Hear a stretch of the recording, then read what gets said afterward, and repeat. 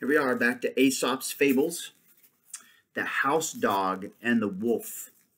The moon was shining very bright one night when a lean, half-starved wolf, whose ribs were almost sticking through his skin, chanced to meet a plump, well-fed house dog.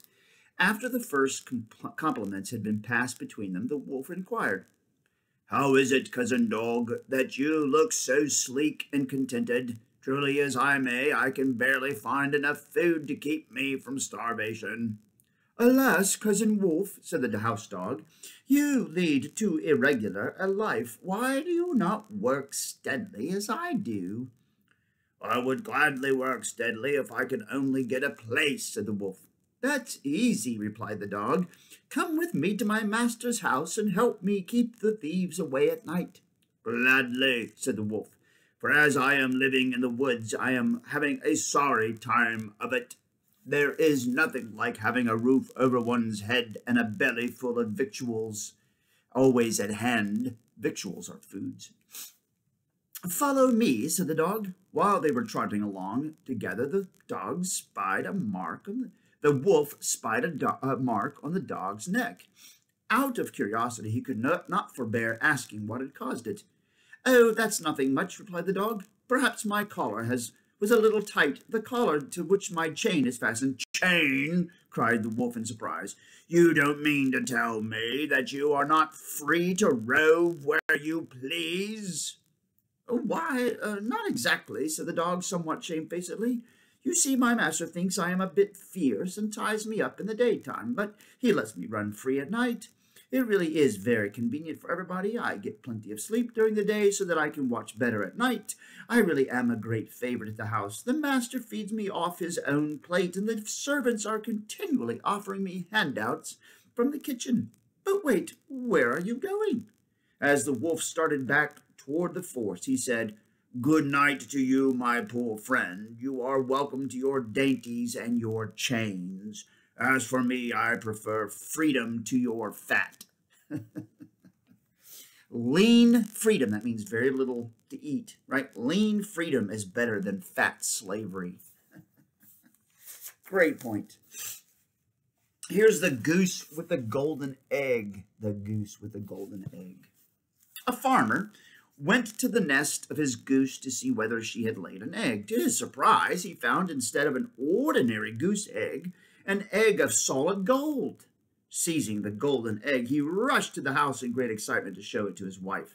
Every day thereafter, the goose laid an egg of pure gold. But as the farmer grew rich, he grew greedy.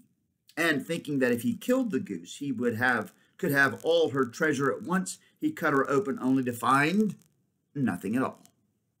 That's what happens. The goose has to actually gesticulate the egg and all that stuff. Oh, my goodness. The greedy who want more lose all. That's a great line. The greedy who want more lose all. Here's the horse and the stag.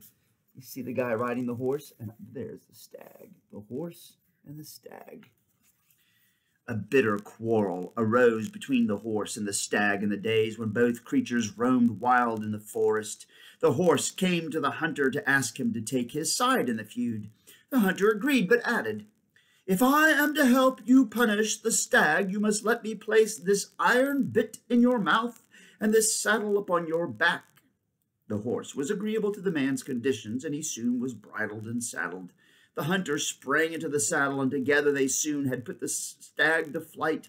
When they returned, the horse said to the hunter, "Now, if you will get off my back and remove the bit in the saddle, I won't require your help any longer." "Not so fast, friend horse," replied the hunter. "I have you under bit and spur, and from now on you shall remain the slave of man." Liberty is too high a price to pay for revenge. Liberty is too high a price to pay for revenge. Boy, there's a lot of wisdom to these stories.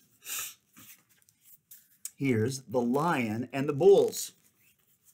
A lion often prowled about a pasture where 3 bulls grazed together. He had tried without success to lure one or the other of them to the edge of the pasture. He had even attempted a direct attack, only to see them form a ring so that from whatever direction he approached, he was met by the horns of one of them. Then a plan began to form in the lion's mind. Secretly, he started spreading evil and slanderous reports of one bull against the other. The three bulls distrustingly began to avoid one another, and each withdrew to a different part of the pasture to graze. Of course, this was exactly what the lion wanted, and so one by one he fell upon the bulls, and so made easy prey of them all. United we stand, divided we fall. There's a lot of smarts here.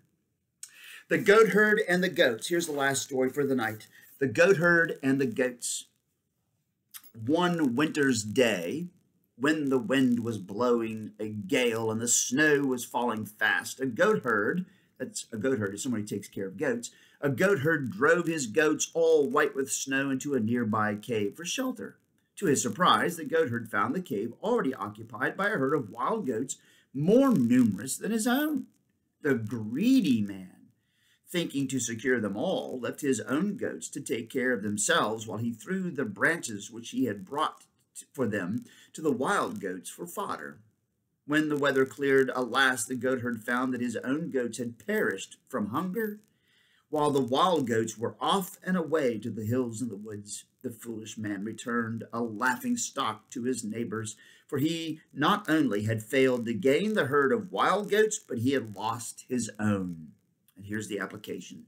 They who neglect their old friends for the sake of new ones are rightly served when they lose both.